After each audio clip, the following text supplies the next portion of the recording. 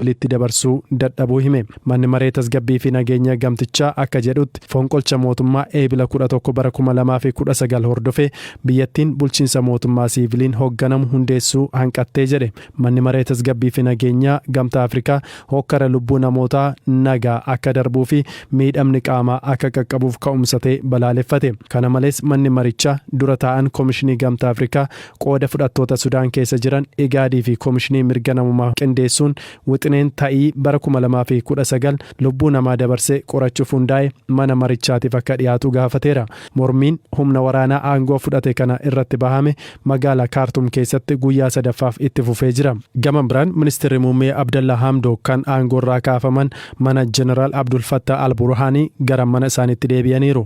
Kana hordofee ministeerri haajaa alaa US Anthony Blinken bilbilaan dubbisuu isaanii himaniiru.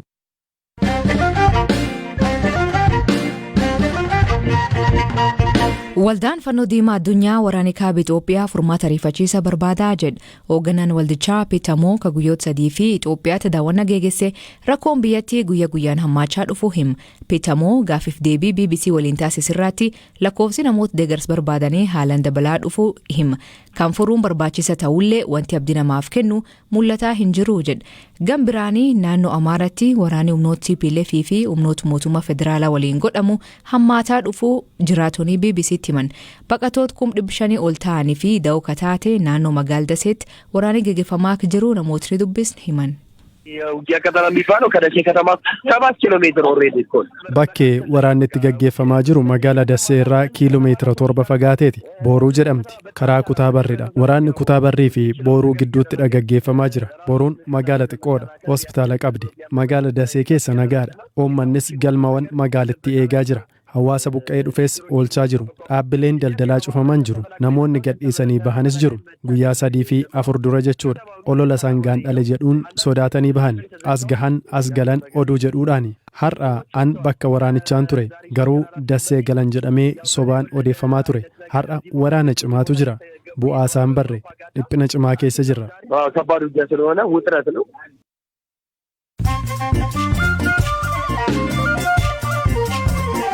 Dhaggeeffattoonni ammoo gabaabaa addunyaa isanii dhiyeessaa jalqabaanii Nigeeriyaatti poolisiin namtichi sababa hiyyummaatiif jecha gurguraaf of dhiyeessee to'annoo jala oolche.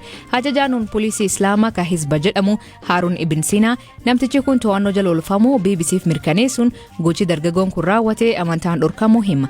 Haalli ati keessa argamtu hagam cimaa ta'ullee of gurguruu yaaluun hin dandeettu jedhu.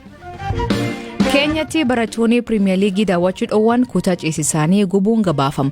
Barattoonni barumsa sadarkaa lammaffaa kunneen tapha Liverpool fi Manchester United daawwachuu dhabuun yakka kan hojjetan.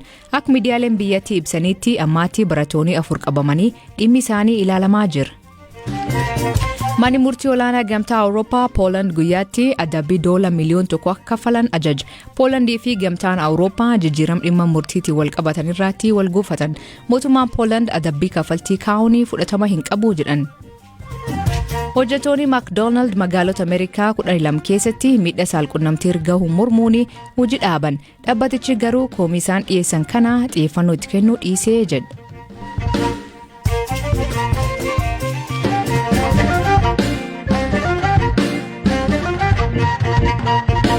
Itoophiyaatti tokkummaa dhugaa saba hunda hammata fiduu fi mariin biyyaalessaa qaamuu dirmaachisuu geggeeffamuu qabaa jedha namni siyaasaa gaamessi obbo Leencoo Lataa gareemaan jedhamu waggoota 2 fi dhimkan irratti hojjechaa ture keessatti miseensa ta'uu ka himan obbo Leencoon hagammaatti tokkummaan dhugaa Itoophiyaa keessatti hin dhalannee jedha.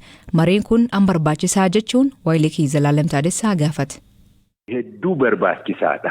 Ce'umsa irra jirraa gama kamitti akka ceenu irrattuu wal taanee hin jiru. Gariin gama of duubaatti deebi'ee sirna saba tokkichaa biyya saba tokkoo Itoophiyaa akka sanatti caasessuu barbaada. Warri kaan immoo of fuuldura deemanii federeeshinii sabdaneessaa kana dimokiraatessuu barbaadu. Waan baay'ee irratti humni politikaa biyya kanaa waan hundee ta'an irratti walta'iinsa hin qabu. Walta'iinsa ce'umsarra gahuudhaaf barbaachisaa waan ta'eef mariin biyyoolessaa barbaachisaadha. Marii biyyoolessaa kana keessatti eenyufaatu hammatamuu qaba? Yeroo baay'ee marii hunda hammate jedhamee jecha yeroo dubbatamuun dhaga'ama. Gaafa mariin gaggeeffamu garuu quubsaa akka hin taane qaamni garaagaraa immoo ni kaasa. Eenyufaa yoo hammatame mariin biyyaalessaa kun marii guutuu rakkoo biyyittii furuudha jettanii amantu? Murni tokko qophii marii biyyoolessaa kanaaf waggaa 2 darbee irratti hojjechaa baanee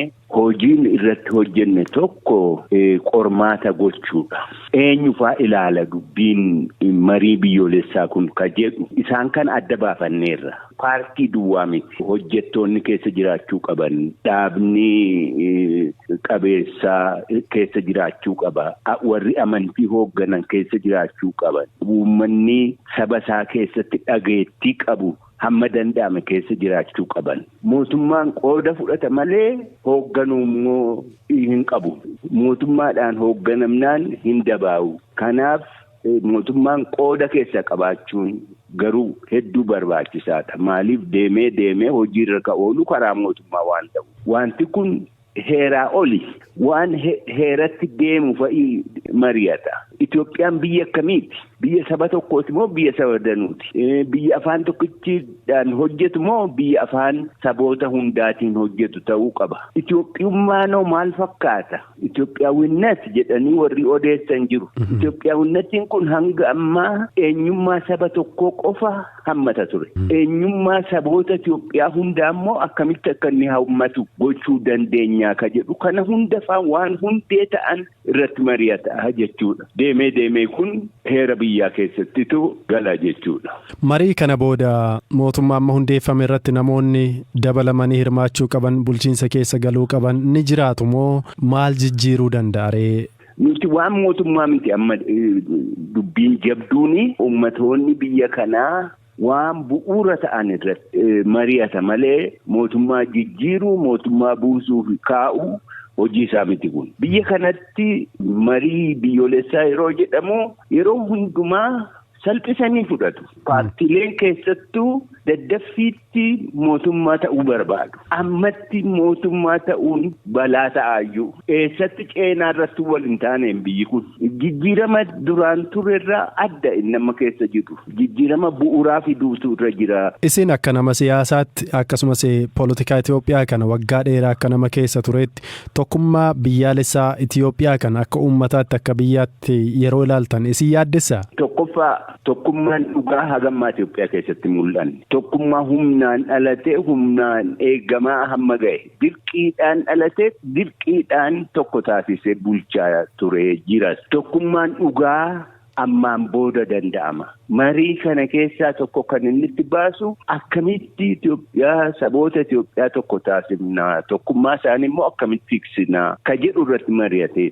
Uummata biyya kanaa mootummaa waan shakkuuf sababa gahaa qaba. Mootummoonni hagammaa aangoo fudhatan hundi dhimma ofii malee dhimma uummataa wajjin rakkanne. Ammaan booda agarra ta'a tarii mootummaa uummataaf uummatoota Itoophiyaatiif yaadu ganaa agarra ta'a. Qaamolee wal waraanan jiru obbo Leencoo ifatti kan beekamu addunyaa irrattis kan barame tokkummaa biyya Itoophiyaa isa dhugoomsuu keessatti qaamoleen kunneen marii biyyaalessaa gaggeeffamuu qabu keessatti hirmaachuu qabu, isaanis hammatamuu qabu jettanii amantu? Dhibdee baay'ee jira. Dhibdee kana keessaa inni tokkoffaan warra humna qawweedhaan deemnee aangoo fudhanna jedhu. Isaan kun qooda fudhachuun barbaachisaadha. Akkamitti qooda fudhachiifnaan humna hundatu wal taa'ee mari'atee murteessa sana. Hedduu rakkisaadha. Haala rakkisaa keessa jirra dhugaatti dubbachuudha. Humni poolitikaa biyya kana keessa jiru hundi qooda fudhachuu qaba. Akka garagaraatti qooda fudhatan ta'a malee.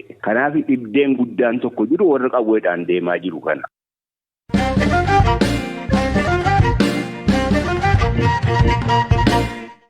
Dhaggeeffattootni oduu gaddisiisan Afgaanistaan biyyi duraanuu rakkoo hamtuu keessa jirtu eegii Taliibaan aangoo deebite rakkoo namooma hamaan mudachuun namoonni miliyoona lakkaa'amu nyaata dhabuun akka du'aa jiran keessattuu daa'imman miliyoona ol hanqina nyaataatii fi du'aaf saaxilamuu himan.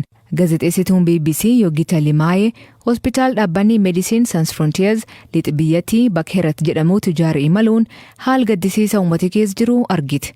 Daa'imman nyaata gahaa argachuu dhabuu fi hospitaal kan keessatti yaalamaa jiran 5 keessaa tokko du'uu himti. Haadhi tokko haal beela cimaa fi ilmaan 2 talakkuu irra dhukkubsate hospitaal kanaatti ilaalamaa jirti. Huqqinaa fi haala isaan keessa jiranii fi ilaan laaluun nam sodaachisa. Dhukkubbii isinitti dhaga'amutu anis akkasuma natti dhaga'ama. Rakkina ani yoo isa ilaalu keessa darbe sirriitti kan beeku Waaqayyo qofa. Daa'imman kiyya lamaan sababii dhabinsa maallaqaaf du'aaf saaxilamanii jiran. Haadhi kamuu daa'imman isaanii haala dhiphina kana keessatti arguu hin malan. Kanaaf akka haadholiin biroo dhiphina kana keessa hin galleef addunyaan warra Afgaanistaan akka gargaaran hin gaafadha. Abbaan isaanii akkuma lammiilee Afgaanistaan miliyoonaan lakkaa'amanii hojii dhabee manjira. Magaala Heeratiin alaatti namoonni garii sababa beelti cimtee fi daa'imman isaanii nyaatatti barbaaduuf waan hin yaadamne hojjechaa jiran. Maatiin tokko daa'im xiqqaa eegee dhalattee jiru muraasa bultee waan nyaatan argachuuf gurguratti. Ijoolleen kiyya biroon beelaan du'aaf saaxilamaniiru. Kanaaf intala tiyya gurguruuf dirqame. Kun akka malee isi gaddisiisu himti. Gaddeen jira akkamiin hin gaddine daa'ima kiyyadha. Garuu osoo filannoo biraa qabaadhee naaf wayya. Abbaan warrisii duraanii hojii laf qulqulleessan hojjechaa ture. Ammoo sulle jalaa oma hin argatamu.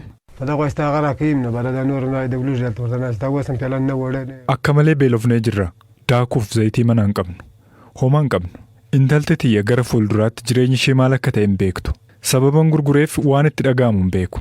Haa ta'u malee filannoo kana filachuun qaba ture. Yoo daa'imni kun guddatee miilan deemuu barate namichi bitatu dhufee fudhataa jedhan. Isii bitachuu fi $500 kaffaluu qabu keessaa walakkaa maatiif baasee jira. Kun ji'ootaaf maatii kan gargaaruu dandeettii jedhan. Intalti gaaf guddattee gurbaa isaatti heerumuu maatii tanaatti himee ture. Garuu namni mirkaneessuu danda'u hin jiru. Akkuma maatii kanaa namoonni hedduun daa'imman isaanii gurguraa jiran. Rakkin guddaa fi ariifachiisan haalii kun barbaadu afaaniin himuun hin danda'amu. Ataatamaan gargaarsi uummata kan dhaqqabu baannan namoonni miliyoonaan lakkaa'amu du'uuf deemaa jedhan. Dhaggeeffattootteen sagantaan har'aa ganumaa nu waliin turuu keessaniif ulfaadha isaniin jenna. Mammaansi galgala kanaa namarra hin qabneetu gaangee namaa busheessa. Hiikan isaa maanii kooment keessatti nu beeksisa. Sagantaa kan qopheesse Zalaalem Taaddasaa gam teknikaatiin Oskaar Bunga keessaniif dhiyeessan asii galgalooti agburisaatti akkana nagaa waaqaa bulaa oraa bulaa deebana hangafamaan dhan bulaa.